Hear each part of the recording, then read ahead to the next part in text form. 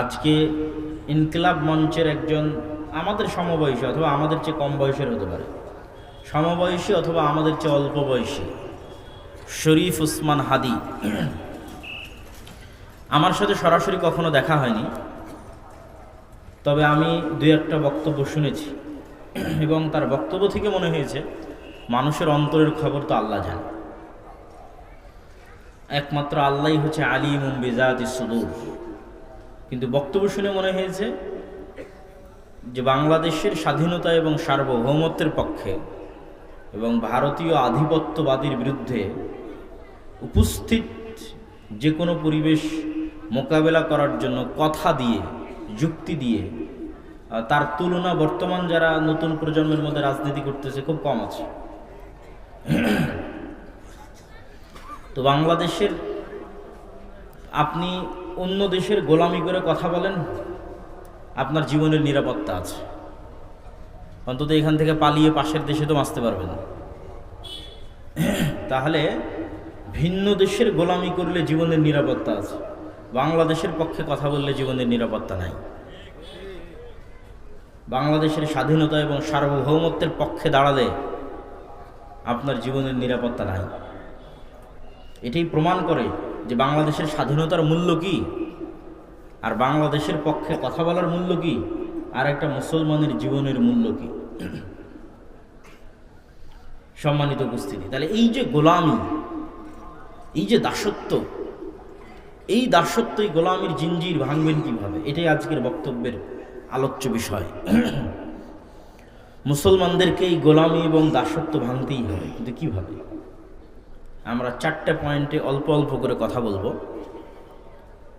এক নম্বর পয়েন্ট হচ্ছে ঈমান বিল গায়ব, দুই নম্বর পয়েন্ট হচ্ছে নেতৃত্বের বিকাশ, তিন নম্বর পয়েন্ট হচ্ছে সৎ আমল, চার নম্বর পয়েন্ট হচ্ছে জ্ঞান ও শিক্ষা। ঈমান বিল গায়ব, পৃথিবীতে বাহ্যিক যে লজিকের উপর ভিত্তি করে পৃথিবী চলে, গায়েব সেই লজিকের উপর চলে না। গায়েবের লজিক ভিন্ন, গায়েবের কার্যকরণের সূত্র ভিন্ন, যা পৃথিবীর কার্যকরণের সূত্রের চেয়ে বিপরীত বা মিলবে না। যেমন একটা উদাহরণ দিই, আমাকে আপনি বললেন দান করতে, আমি আমার এখানে যদি 100 টাকা থাকে তাহলে এখান থেকে আমি 150 টাকার মধ্যে 50 টাকা দিয়ে দিলাম, তাহলে দুনিয়ার কার্যকরণের সূত্র অনুযায়ী 150 টাকা থেকে 50 টাকা কমে গেল। এই কাজটার গায়েবে প্রভাব কি? এই কাজটা কি গায়েবে এভাবে সাজানো আছে যে আমহাকুল্লাহুর রিবা ওয়া ইরবিস সাদাকাত, এটা গায়েবের কার্যকরণের সূত্র। দুনিয়াতে টাকা কমে গেছে কিন্তু গায়েবের টাকা বেড়ে গেছে। তো গায়েবের কার্যকরণে টাকা প্লাস হয়েছে, দুনিয়ার কার্যকরণে টাকা মাইনাস হয়েছে। এখন গায়েবের কার্যকরণে যে টাকা প্লাস হয়েছে এটাও দুনিয়াতে একদিন প্রকাশ পাবে। সেটা কবে প্রকাশ পাবে? সময় লাগবে। এই 150 টাকা 500 টাকায় পরিণত হবে, বা 5000 কোটি টাকায়ও পরিণত হতে পারে, 1500 কোটি টাকাতেও পরিণত হতে পারে। গায়েবের কার্যকরণের সূত্র অনুযায়ী সেটির প্রভাব পৃথিবীতে প্রকাশ পাবে কবে আল্লাহ ভালো জানে। কিন্তু দুনিয়ার কার্যকরণের সূত্রের সাথে গায়েবের কার্যকরণের সূত্রের মিল নাই। দুনিয়ার কার্যকরণের সূত্র অনুযায়ী আমি আপনাকে 100 টাকা ধার দিয়েছি, আপনি আমাকে সুদ সহ 150 টাকা ফেরত দিয়েছেন, তাহলে দুনিয়ার হিসাবে এখানে প্লাস হয়েছে। দুনিয়ার হিসাবে এখানে প্লাস হলেও গায়েবে প্লাস হয়েছে না মাইনাস হয়েছে? মাইনাস হয়েছে। গায়েবে যে মাইনাস হয়ে গেছে এটাও প্রকাশ পাবে দুনিয়াতে, সময় লাগবে। একদিন সুদের পরিণতি ভিক্ষা, সুদের পরিণতি ফকির, এটা একদিন প্রকাশ পাবে। কিন্তু এই ক্যালকুলেশনটা হয় গায়েবে। তাহলে আমাদের যেটা জানতে হবে, আমাদের যেটা বুঝতে হবে, সেটা হচ্ছে গায়েবে কেমনে মুসলমানদের বিজয় নির্ধারিত আছে। আমি মনে বুঝাতে পারি, আল্লাহর অদৃশ্যের লিখনে মুসলমানদের বিজয় কিভাবে লিখিত আছে, এইটা যদি আপনি বুঝে যান আর ওইটার সাথে যদি মিলাতে পারেন, তাহলে আগে গায়েবে বিজয় নির্ধারিত হতে হবে, দুনিয়াতে বিজয় এমনি প্রকাশ পাবে। আর গায়েবের নির্ধারণের সাথে আমার চেষ্টা মিলল না, হাজার চেষ্টা করলেও ইসলাম এবং মুসলমানদের বিজয় হবে না। তাহলে ইসলাম এবং মুসলমানদের বিজয় জানার জন্য, মানার জন্য, বুঝার জন্য গায়েবের কার্যকরণের সূত্র সম্পর্কে জানা দরকার। তার এক নাম্বার হচ্ছে ঈমান বিল গায়েব, গায়েবের উপর ইয়াকিন রাখা। আল্লাহর শক্তি, আল্লাহর অস্তিত্ব, ফেরেশতার শক্তি, ফেরেশতাদের অস্তিত্ব, পরকাল, জান্নাত, জাহান্নাম, এগুলোর উপর ইয়াকিন, শুধু বিশ্বাস না। আজকে আব্দুল্লাহ বিন আব্দুর রাজ্জাক এখানে এসেছে, বক্তব্য দিচ্ছে, এইটা যেই লেভেলের সত্য, এর চেয়ে বেশি সত্য যে এখানে ফেরেশতারা আছে। এইটা যেই দিন আপনি বিশ্বাস করতে পারবেন, সেই দিন আপনার গায়েবে ইয়াকিন এসে গেছে। এইটা বিশ্বাস করতে পারার আগ পর্যন্ত আপনার গায়েবে ইয়াকিন হয়নি। গায়েবে ইয়াকিন না হলে বিজয় হবে না। এটাই গায়েবের সূত্র। তাহলে গায়েবের উপর আপনার ইয়াকিন লাগবে। আপনার পিতা মাতা, ভাই বোন, আত্মীয় স্বজন, তাদের অস্তিত্ব যত সত্য, ফেরেশতার অস্তিত্ব তার চেয়ে বেশি সত্য। গায়েবের উপর ইয়াকিন ছাড়া বিজয় সম্ভব নয়। তার দুই একটা উদাহরণ দেখেন। মুসা আলাইহিস সালাতু ওয়াস সালামকে যেদিন আল্লাহ বললেন, ইযহাব ইলা ফিরআউন ইন্নাহু তাগা, যাও ফেরাউনের কাছে, ফেরাউন অহংকার করেছে, দাওয়াত দাও। ওই দিন এই নরসিংদী, শিলমান্দি, বাগহাটার একটা সাধারণ মানুষ আজকের আমেরিকার প্রেসিডেন্ট ডোনাল্ড ট্রাম্পের তুলনায় যা দুর্বল হবে, ওই দিন মুসা আলাইহিস সালাম ফেরাউনের তুলনায় তার চেয়ে কয়েক হাজার গুণ বেশি দুর্বল। যেদিন মুসা আলাইহিস সালামকে এটা বলা হচ্ছে। আজকে শিলমান্দি, নরসিংদীর একটা মানুষকে যদি আমি বলি, সাধারণ কৃষককে যদি বলি, তোমাকে দায়িত্ব দেওয়া হলো, যাও আমেরিকার প্রেসিডেন্ট ডোনাল্ড ট্রাম্পের কাছে গিয়ে দাওয়াতি কাজ করো, তো এই মানুষটা যেই লেভেলের দুর্বল, মুসা আলাইহিস সালাম আজ থেকে 5000 বছর আগে তার চেয়ে বেশি দুর্বল। কেন? মুসা আলাইহিস সালামের তখন ফেরাউনের আদালতে ফাঁসির আদেশে আছে, উনি মৃত্যুদণ্ডপ্রাপ্ত আসামি। তাহলে মিলান যে শিলমান্দি, নরসিংদীর এই লোকটা আমেরিকার আদালতে মৃত্যুদণ্ডপ্রাপ্ত আসামি, যখন তাকে বলা হচ্ছে তুমি আমেরিকা যাও। দুই নাম্বার, যখন মুসা আলাইহিস সালামকে বলা হচ্ছে তুমি ফেরাউনের কাছে যাও, তখন উনি পলাতক। মানে নরসিংদীর এই লোকটা তার নিজের জেলায় নাই, পালিয়ে হয় দিল্লিতে আছে, না হয় করাচিতে আছে, না হয় অন্য কোনো শহরে আছে।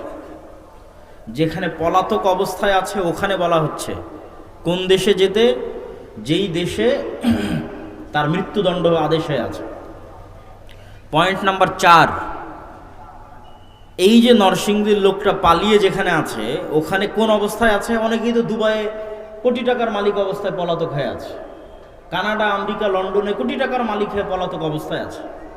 কিন্তু নরসিংদীর এই লোকটা যেখানে পালিয়ে আছে, সেখানেও মানুষের বাড়ির কাজের লোক অবস্থায় আছে। মুসা আলাইহিস সালাম যেখানে পালিয়ে আছেন, সেখানে উনি মানুষের বাড়ির কাজের লোক 10 বছর থেকে। তাহলে আশা করি বুঝতে পেরেছেন যে মুসা আলাইহিস সালামকে যেই দিন বলা হচ্ছে ফেরাউনের কাছে যেতে, ওই দিন মুসা আলাইহিস সালাম কেন দুর্বল। শেষ পয়েন্ট, নরসিংদী, শিলমান্দির এই মানুষের নিজের আত্মীয় স্বজন আছে, বাড়িঘর আছে, ভাই বোন আছে। মুসা আলাইহিস সালাতু ওয়াস সালামের মাও পরিচয় দিতে পারেনি যেটা আমার ছেলে। মুসা আলাইহিস সালাম এমন গোলাম কওমের সদস্য, এমন গোলাম জাতির সদস্য। সম্মানিত উপস্থিতি, তাহলে মুসা আলাইহিস সালামের পক্ষে দুনিয়ার কার্যকরণের সূত্র অনুযায়ী ফেরাউনের বিরুদ্ধে বিজয় অর্জন পৃথিবীর সপ্তাশ্চর্যের একটা, অসম্ভব। এখানে বিজয় অর্জনের দুনিয়াবি কোনো সম্ভাবনা নাই, বহু পরের কথা। মুসা আলাইহিস সালাম ফেরাউনের সামনে গিয়ে দাঁড়াতেই পারবে না, বিজয় বহুদূরের কথা। তবে হ্যাঁ, একটা রাস্তা আছে, যেই রাস্তা দিয়ে মুসা আলাইহিস সালাম ফেরাউনের সামনে গিয়ে দাঁড়াতে পারবে। সেটা হচ্ছে মুসা আলাইহিস সালামকে গায়েব দেখিয়ে দিতে হবে। আল্লাহ পৃথিবীর প্রায় সব নবীকে কম বেশি গায়েব দেখিয়েছে, কম বেশি। যেমন আমাদের নবী মুহাম্মদ সাল্লাল্লাহু আলাইহি ওয়াসাল্লাম মেরাজের সফরে উনি জান্নাত, জাহান্নাম, আসমান, নবী, রাসূল, জিবরাইল, আল্লাহ সবার সাথে কথা বলেছেন, দেখে এসেছেন। তাহলে ওনার জন্য গায়েবকে কি করে দেওয়া হয়েছে? উন্মুক্ত করে দেওয়া হয়েছে। যেটার উপর আমাদের ঈমান আনতে বলা হচ্ছে ওটা ওনাকে চোখে দেখানো হয়েছে। ঠিক ঈসা আলাইহিস সালামের ক্ষেত্রে আল্লাহ কি করেছে? মৃতকে জীবিত করা, এটা গায়েব। আপনারা কখনো দেখেছেন মৃতকে জীবিত হতে? এইদিকে তাকান, মৃতকে জীবিত হতে দেখেছেন? তাহলে মৃতকে জীবিত করা গায়েব না গায়েব নয়? গায়েব। এটাই তো পরকাল, এটাই তো কিয়ামত, এটা গায়েব। তো ঈসা আলাইহিস সালামকে আল্লাহ এমন মোজেজা দিল যে যে কোনো মৃত ব্যক্তির গায়ে হাত দিয়ে ঈসা আলাইহিস সালাম যদি বলে বিসমিল্লাহ বিইজনিল্লাহ, তাহলে মৃত ব্যক্তি জীবিত হয়ে যায়। তাহলে কত বড় গায়েব ঈসা আলাইহিস সালাম দেখেছে। যেখানে আমরা বিশ্বাস করছি মৃত মানুষ জীবিত হবে, ওখানে ঈসা আলাইহিস সালামের হাত দিয়ে মৃত মানুষ জীবিত হয়ে যাচ্ছে।